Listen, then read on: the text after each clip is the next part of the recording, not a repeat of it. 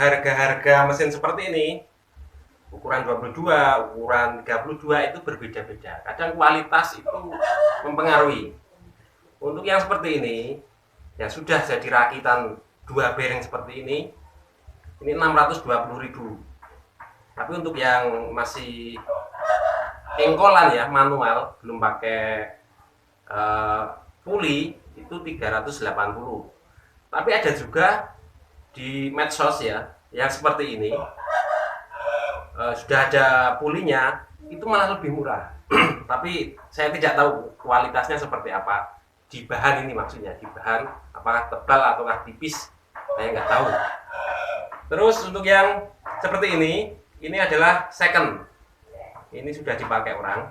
Ini harganya sudah komplit begini, seperti ini, 500.000.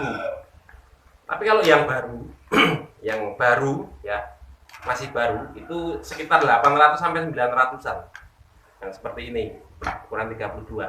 Tapi yang aluminium stainless beratnya 5 kg itu 800.000.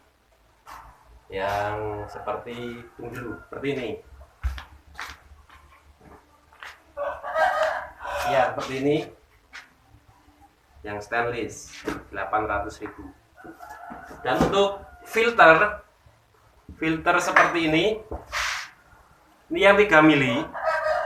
3 mili ukuran 32, mesin 32 itu harganya 90.000, dan yang 2 mili harganya 120.000.